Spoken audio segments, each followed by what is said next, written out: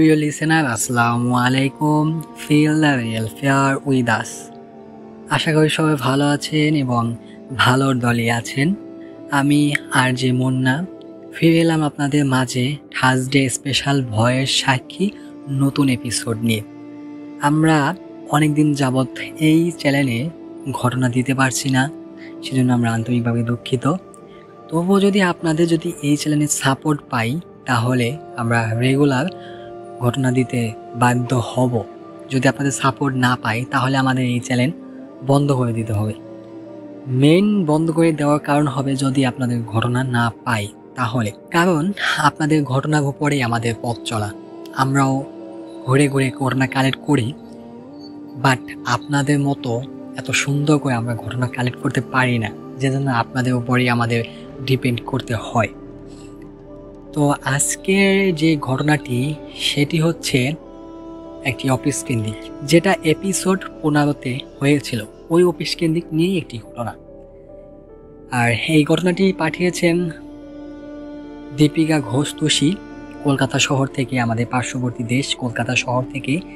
এই দীপিকা ঘোষ তুষি তার পিসির সাথে ঘটে যাওয়া যে ঘটনাটি আমাদের সাথে শেয়ার করেছিলেন, সেই ঘটনার সাথেই এইটি জড়িত।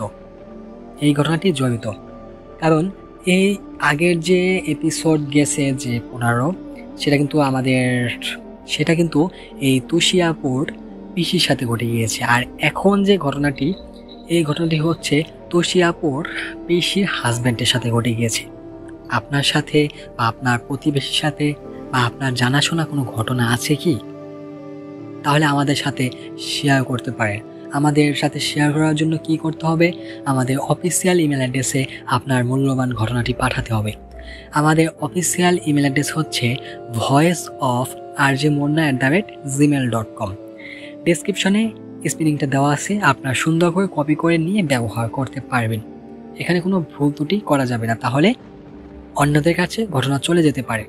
তো চলুন, আর বেশি কথা বাড়াবো না, আমরা ফিরে যাব সেই পুরাতন সুরে আর নতুন একটা এপিসোড নিয়ে।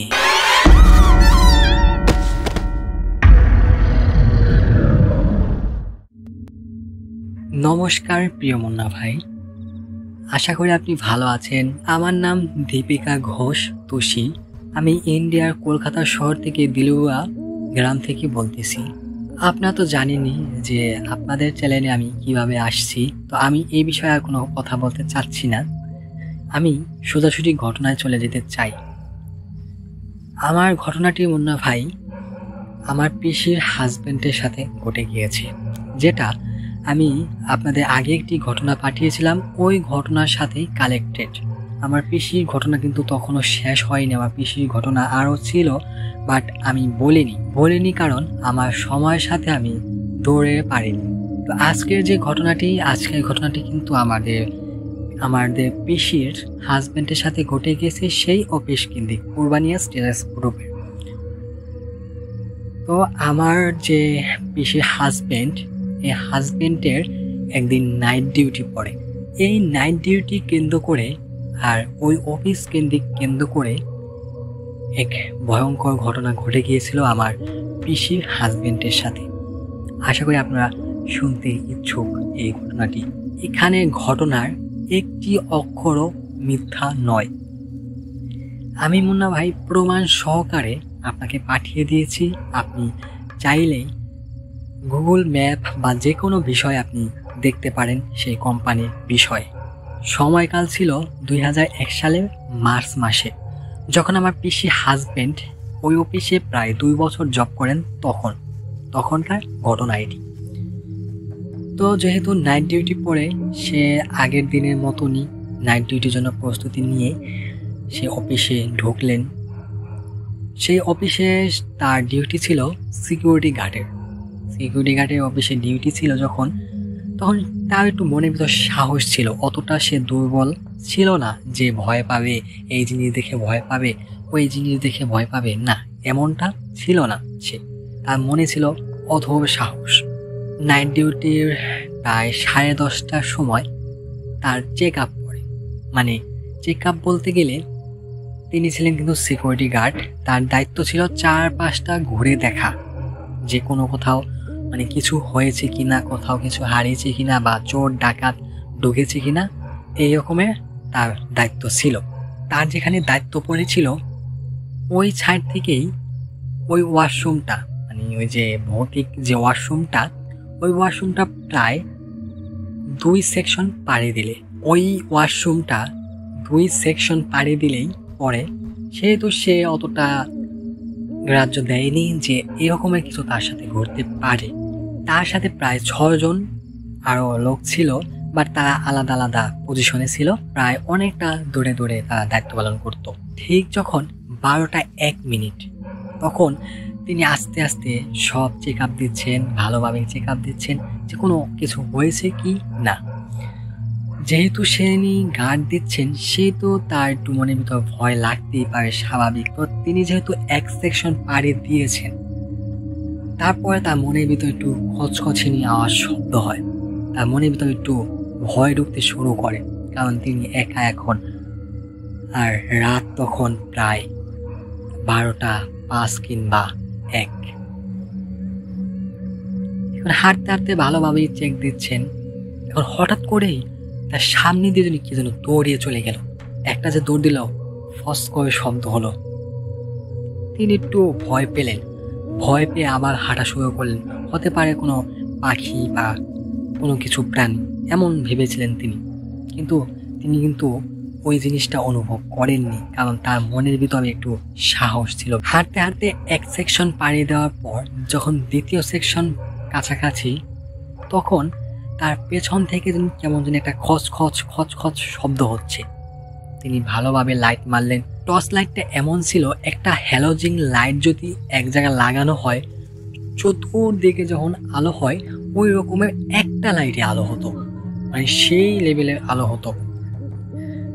তো তিনি লাইট মারলেন, বাট কাউকেই দেখতে পেলেন না। মানে খচখচ শব্দটা এমন হয়েছে, বলতে গেলে যদি কোনো প্লাস্টিক বা লোহার রড যদি কেউ ঘষে তখন যেটা শব্দ হয়, ওই রকমের শব্দ হচ্ছিল।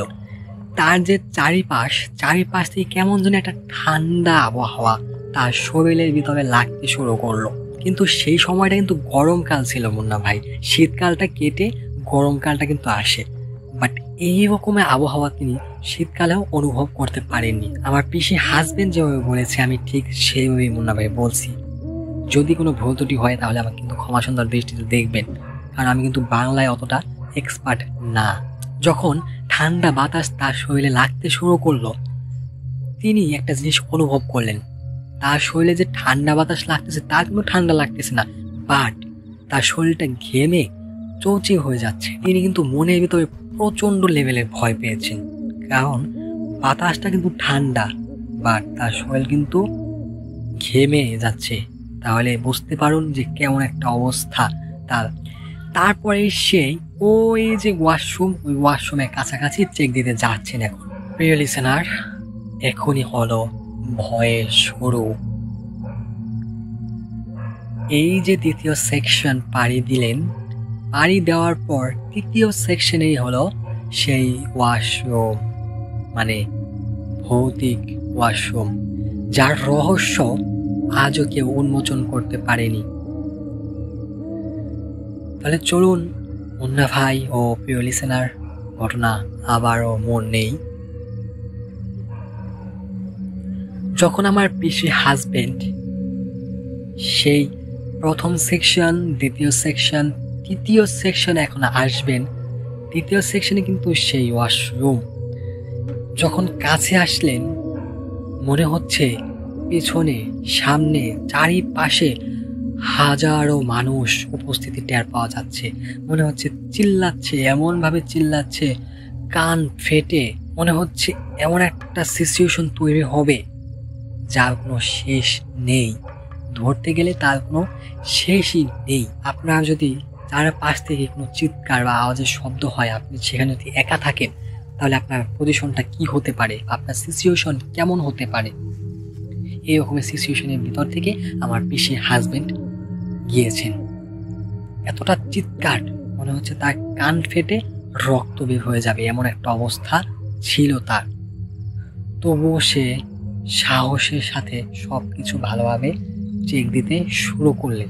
এই সেকশনটা ছিল কিন্তু ফিনিশিং সেকশন। গার্মেন্টস কোম্পানিতে ডাইং, ফিনিশিং, তারপরে আরও কিন্তু অনেক সেকশন আছে। তো ডাইং ফিনিশিং এক লগেই থাকে। ডাইং ফিনিশিং মানে কাপড়টা ভিজা থাকে, ফিনিশিং মানে কাপড়টাকে শেষ করে গরম করে পাঠিয়ে দেওয়া হয়। তারপরে যা হলো গার্মেন্টস সেকশনে, গার্মেন্টস সেকশনে গিয়ে জামা কাপড় তৈরি হয়।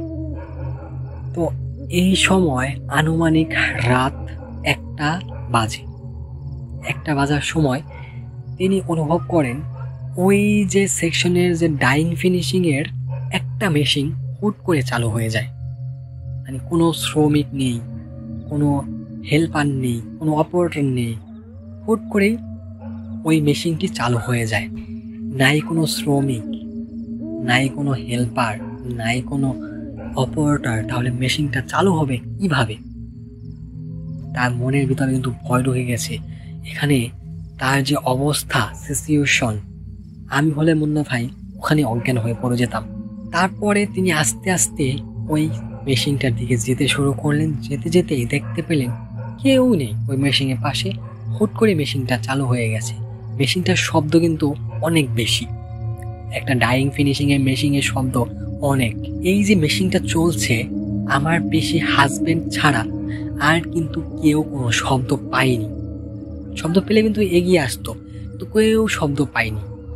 খালি শুধু আমার বেশি হাজবেন্ডই এই শব্দটা শুনতে পাচ্ছে। লাইট মেরে আস্তে আস্তে আবার সে আগের স্থানে চলে যাবেন, তখনই পিছন থেকে আবারও মেশিনটা চালু হয়ে গেল ফট করে। এবার পিসির হাজবেন্ড আরও ভয় পেতে শুরু করলেন। যখন সে আবার ওদিকে যাচ্ছেন মেশিনটা বন্ধ করার জন্য, তখনই তার পায়ে একটা কিছুতে হোঁচট লাগে। হোঁচট লেগে তার পায়ের নখটা উঠে গিয়েছে, মানে নখের এক সাইড উঠে গিয়েছে। উঠে গিয়ে সেখান থেকে টপ টপ করে রক্ত পড়ছে। তিনি কিন্তু অনুভব করতে পারছেন যে তার পায়ে ব্যথা পেয়েছেন, কিন্তু তিনি বুঝতে পারছেন না যে রক্ত পড়ছে।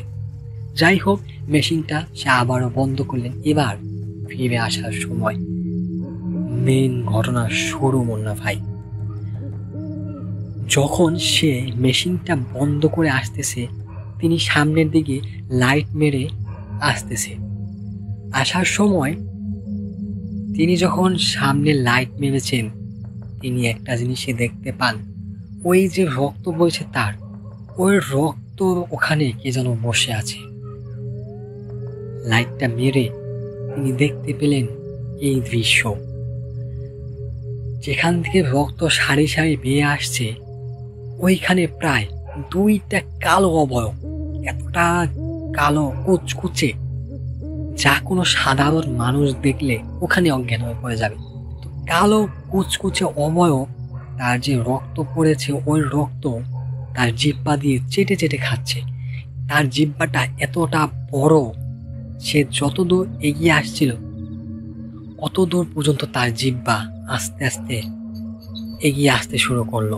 এখন মুন্না ভাই, আমার যে পিসি হাজবেন্ড, তিনি কুল কিনারা না পেয়ে দৌড়াতে শুরু করলেন আর চিৎকার করা শুরু করলেন,